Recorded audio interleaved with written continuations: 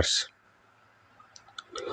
आज के वीडियो में अपने जानेंगे इतिहास की दो छतरानियों, दो वीरांगनाओं के बारे में, चारुमती और सहल कंवर। दोनों ही वीरांगनाओं के जीवन की जो कहानी है वो एक दूसरे से जुड़ी हुई है, एक दूसरे की पूरक है। कहानी शुरू होती है किशनगढ़ की राजकुमारी चारुमती से। चारुमती पे औरंगजेब की कुदृष्टि थी, तो औरंगजेब ने किशनगढ़ में संदेशा कहलवाया कि चारुमती से विवाह करने के लिए निकाह करने के लिए औरंगजेब पहुंचेगा। तो औरंगजेब की पहली बात तो औरंगजेब की कुदृष्टि क्यों थी किशनगढ़ की राजकुमारी पे? किशनगढ़ के राजा चारुमती के पिता रूप सिंह जी ने दारा सिकोह है और औरंगजेब दोनों भाइयों के बीच जब उत्तराधिकार का युद्ध चल रहा था तो रूप सिंह जी ने दारा सिकोह का साथ दिया था। बताते हैं कि वो अपने घोड़े से जंप लगा के औरंगजेब के हाथी पे कूद गए थे और औरंगजेब की गर्दन काटने ही वाले थे कि औरंगजेब ने तो साइड में जंप लगा दिया था और वो उस तलवार से हाथी कट गया था और वो हाथी अपने सिंहासन समेत रूप सिंह जी के ऊपर गिर गया था, जिससे वो वहीं युद्ध भूमि में शहीद हो गए थे। और इसीलिए औरंगजेब बदला लेना चाहता था किशनगढ़ से। और दूसरा, एक बार कोई मेले में गई हुई थी चारुमती जी, चारुमती कोई मेले में गई हुई थी, तो वहां उसने औरंगजेब के एक फोटो पे अपने जूते उतार के मारे थे और ये बात धीरे धीरे औरंगजेब तक पहुंच गई कि चारुमती ने उनका अपमान किया। तो इसीलिए औरंगजेब उसे शादी करके बाद में उसे अपनी दासी बना के रखना चाहता था, चारुमती को। और चारुमती एक कृष्ण भगत थी और उसने राज सिंह को, मेवाड़ के राजा राज सिंह को एक पत्र लिखा कि मैं एक कृष्ण भगत हूँ और अपने धर्म की रक्षा करना चाहती हूँ, तो मैं आपके चरणों में दासी रहना पसंद करूँगी, तो आप मुझसे विवाह करने पधारें, नहीं तो मैं अग्नि में अपनी आहुति दे दूंगी। तो राज सिंह जी ने भी संदेशा कहलवा दिया कि ठीक है, हम पहुंच जाएंगे समय पे। उधर राज सिंह जी ने अपने ही एक सामंत उदयपुर में सलुम्बर के जो किलेदार थे रतन सिंह जी चुंडावत, उनको संदेशा कहलवाया कि आप सेना लेके और अजमेर घाटी पहुंचो और जो औरंगजेब की सेना है वो अजमेर घाटी से इधर मेवाड़ की तरफ पहुंचनी नहीं चाहिए, क्योंकि हम चारुमती से उस समय विवाह करेंगे।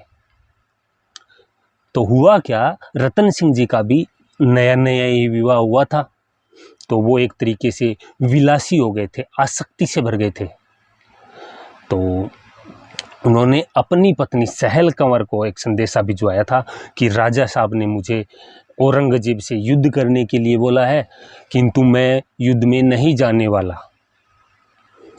तब बताते हैं सहल कंवर ने वापिस संदेशा भिजवाया कि तुम उस चुंडावत के कुल से हो, वंश से हो, जिन्होंने मोकल को, मतलब राव चुंडा ने अपने छोटे भाई मोकल को राजगद्दी पे बिठाने के लिए अपने पिता लाखा के आगे एक शपथ ली थी, विषम प्रतिज्ञा ली थी कि मैं सामंत बन के रहूँगा, सेवादार बन के रहूँगा राव मोकल का।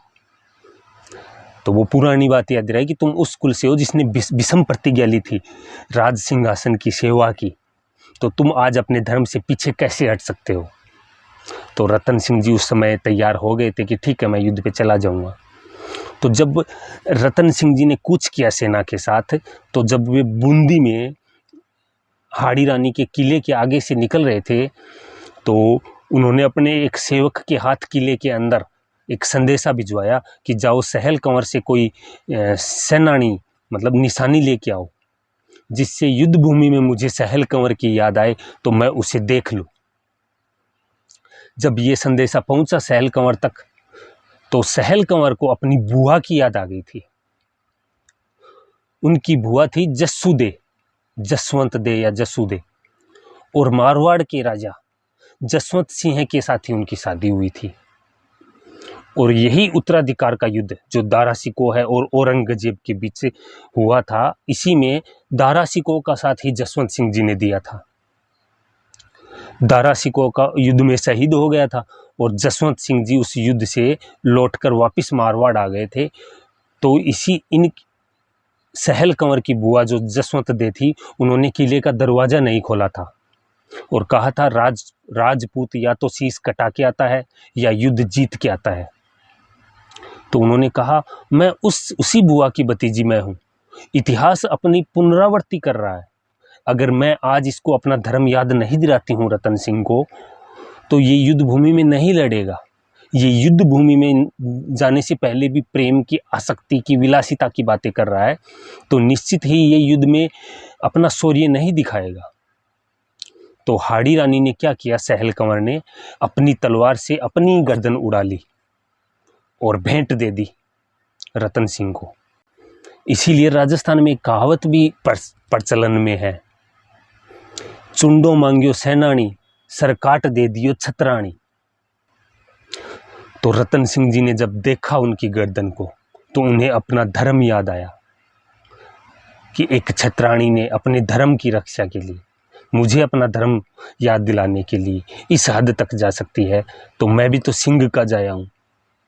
तो उन्होंने उस गड़मुंड को जटाओं सहित इधर गर्दन पे लपेट ली और कसम खाई कि मुझे कसम है एक लिंग जी की, मैं औरंगजेब को अजमेर घाटी में एक कदम भी आगे नहीं खिसकने दूंगा। और हुआ भी ऐसा ही। औरंगजेब का सेनापति हसन के नेतृत्व में वो सेना आई थी। लगभग 3200 घोड़सवार थे उसमें और 5000 की पैदल सेना थी, 8200 की तेज सेना थी। और इधर रतन सिंह जी के पास वो तो एक छोटे से सामंत थे इधर उदयपुर के, तो इनके पास तो कोई 1500-1800 की छोटी सेना थी, लेकिन फिर भी इतने जोश से, इतने शौर्य से लड़े, पर खपचे उड़ा दिए थे दुश्मन को दुम दबा के भागना पड़ा था। और उधर दूसरी साइड राज सिंह जी ने चारुमती से शांतिपूर्वक विवाह कर लिया और वापिस राजसमंद अपने किले में लौट गए थे। तो स्वाभिमान की दो क्षेत्राणियों की आज की ये मेरी कहानी आपको कैसे लगी, कमेंट करके ज़रूर बताइएगा। मेरे चैनल को सब्सक्राइब कर लीजिए।